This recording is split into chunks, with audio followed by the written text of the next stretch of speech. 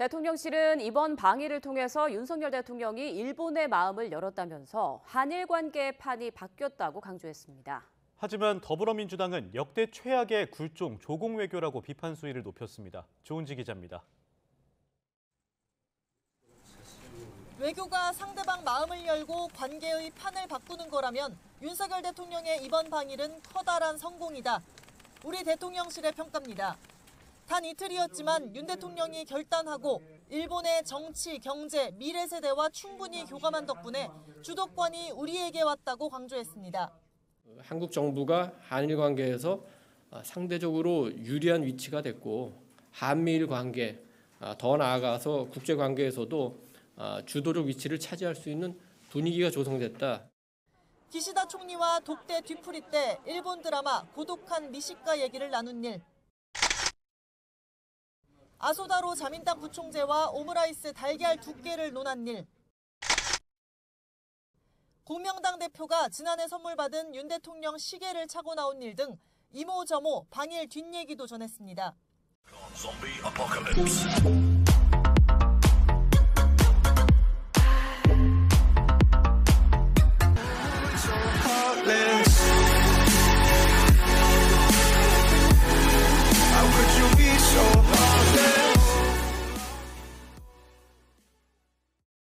안녕하세요. 아카루시아 TV 나레이터 준영입니다. 계절의 변화가 부쩍 보이는 요즘입니다. 이제 추운 겨울이 거의 끝나가고 따뜻하고 온화한 봄이 우리 곁으로 성큼 다가왔습니다. 이럴 때일수록 환절기 감기 조심하시고 건강 잘 챙기시기 바랍니다. 오늘은 점점 가면 갈수록 대한민국 최고의 리스크가 되어가고 있는 윤석열 대통령에 대한 속으로 영상 만들어 보았습니다. 워낙 많은 영상과 뉴스로 현직 대통령의 만행과 망언, 망동이 온 뉴스를 도배를 하고 있고 자칫 잘못하면 제 생애 2번째 대통령 탄핵을 볼지도 모르겠다는 상상을 해보고는 합니다. 현재 대한민국 제20대 대통령인 윤석열 대통령은 당선된 지 1년여가 지난 시점에서 너무나도 어처구니 없고 갈짓자 행보를 마구 일삼고 있고 때로는 이해할 수 없는 언행을 보여주기도 합니다. 윤석열 대통령은 1960년생으로서 올해로 만 62세입니다. 대한민국 역사상 최초로 호남 영남 출신이 아닌 서울 출생이며 최초의 검사 출신, 선출직 경력이 없는 대통령, 정치 경력 4개월 부동시로 인한 전식은 노역으로 군 경험이 없는 대통령, 최초의 무자녀, 정계입문부터 대통령 당선까지 가장 빠르게 당선된 대통령, 역사상 가장 작은 표차이 겨우 0.73%로 당선된 대통령, 대한민국 최초로 청와대를 벗어나 새롭게 집무실을 꾸린 대통령, 한국갤럽 조사 기준 가장 낮은 지지율을 보이는 대통령 등등 이루 헤아릴 수 없는 많은 업적을 가지고 있습니다.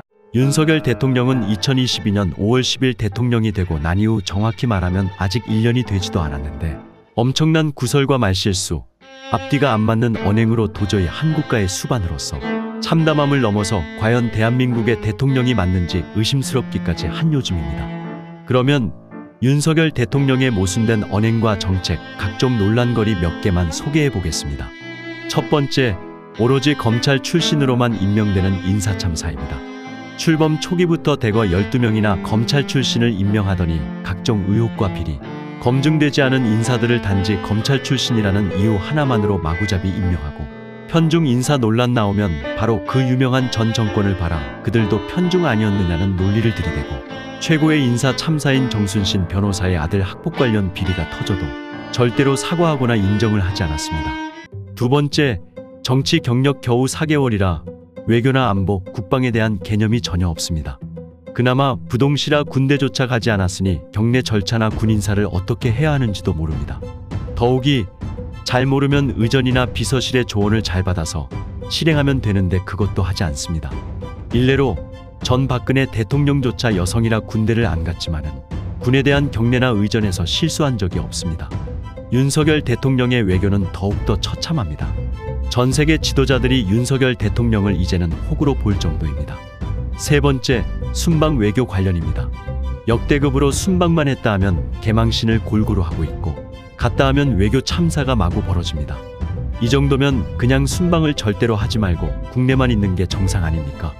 오로지 수십 년간 검찰 생활만 한 공무원 출신이라 출장을 다녀본 적도 없고 외교 관련 공부를 해본 적도 없는 위인이라 어디 순방만 갔다 하면 병신 외교 대참사를 일으키고 영어를 단 한마디도 못하는지 통역 없으면 꿀먹은 벙어리가 되고 비굴한 웃음만 지을 줄 알지 다른 외국 지도자들과 단 한마디도 못합니다.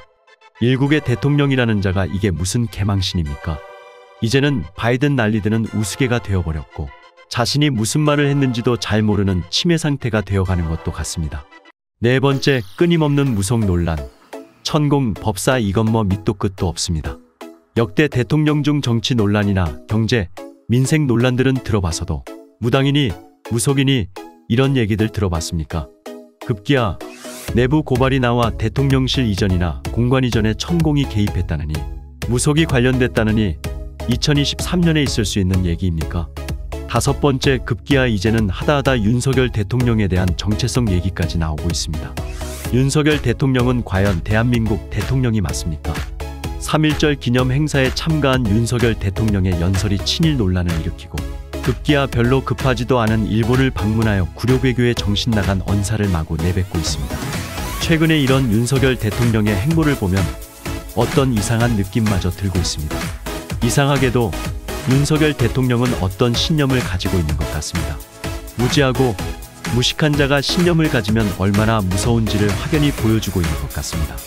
본인이 대한민국 대통령으로서 무언가를 보여줘야 하는데 아는 것도 없고 역사인식도 없으며 무지하기 때문에 자신이 지금 어떤 말을 하고 있는지 어떤 행동을 하고 있는지 전혀 모르고 있습니다.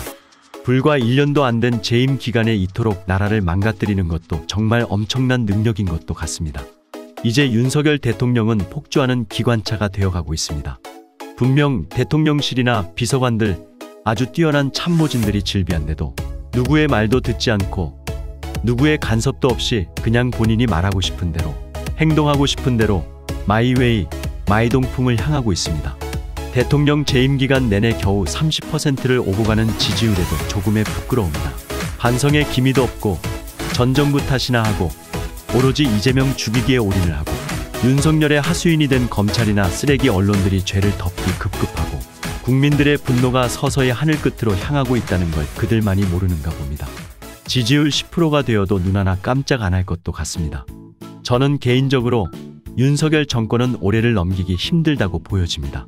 그것이 탄핵이 됐던 하야가 됐던 지금 대통령을 보면 정말로 그 자리에 있기 싫어서 어떻게든 탄핵 마일리지를 쌓고만 있는 걸로 보여집니다. 국민의 마음은 곧 천심이라는 말이 있습니다. 전 세계를 통틀어 보아도 국민을 개돼지 취급하고 국민을 노예로 보고 국민에 반하는 그 어떤 정권도 오래 가는 법이 없습니다. 무능하고 무지하며 무식한 자가 대통령이 되어서 국격을 바닥에 떨어뜨리고 경제를 무너뜨리며 국민의 생명을 내팽개치는 만용을 더 이상 보고 있지 못할 것 같습니다. 과연 살아생전에 대통령 탄핵을 2번씩이나 볼 것인가요? 이미 국정농단이나 친일 행적, 외교 참사, 경제 몰락으로 그 죄가 업보로 쌓여 쫓겨날 때까지 버티다 쫓겨날 것인가요? 불과 1년여 전에 선진국 대열로 들어서고 수출 호황에다 전 세계적으로 한류가 휩쓸고 전 세계 지도자들이 부러워하고 우러러 볼 것처럼 하던 대한민국이 어쩌다가 이토록 참담한 지경에 처하게 됐는지 통탄스러울 따름입니다. 사족으로 한 말씀 드리자면 왜 굳이 우리나라가 일본하고 친하게 지내야 하는 겁니까? 국제 외교 사회는 매우 잔인하고 철저하며 냉혹합니다. 강대국에게는 약하고 약소국은 강대국의 눈치를 봐야 합니다. 적당하게 거리를 두고 서로에게 필요한 물품은 무역을 하고 적당한 외교와 경제 관계를 두면 그뿐입니다. 역사적으로나 경제적으로나 정치적으로나 일본은 단 한 번도 대한민국을 도운 적이 없습니다. 오히려 언제나 호시탐탐, 언제나 혐한과 혐오, 갈등 조장만 일삼았지 일본 스스로 대한민국과 좋은 관계가 되려고 노력한 적이 없습니다. 상대방이 화해를 하거나 관계 회복을 하거나 좋게 지내려는 인식이 없는데 왜 굳이 대한민국 대통령이 가서 무릎 꿇고 잘 지내자고 조아리는 것입니까? 그냥 일본은 가깝고도 먼 이웃, 그 이상도 이하도 아닌 관계로 지내면 안 되는 겁니까? 역사적으로 벌써 1600년대에 이순신 장군께서 남기신 명언이 있습니다. 외인은 간사하기가 짝이 없어 신의를 지켰다는 말을 들어본 적이 없다. 일본 민족의 가장 큰 핵심적인 행동이 바로 이겁니다. 강자에겐 한없이 약하고 약한 자에게는 매우 잔인합니다. 일본이 선진국이고 경제 세계 2위라 매우 높은 국제적 위상을 가지고 있다고는 하지만 그것도 서서히 옛말이 되어가고 있고 대한민국 또한 헐벗고 굶주린 6.25 사변 때의 대한민국이 아닙니다. 결코 비굴하거나 굴욕적으로 일본에게 저자세로 나갈 위치도 아닌데 왜 굳이 윤석열 대통령은 이토록 굴욕적인 외교 관계를 맺으려는지 도통 모르겠습니다. 이상으로 지금까지 아카루시아TV 나레이터 준영이었습니다. 끝까지 시청해 주셔서 감사합니다. 안녕히 계십시오.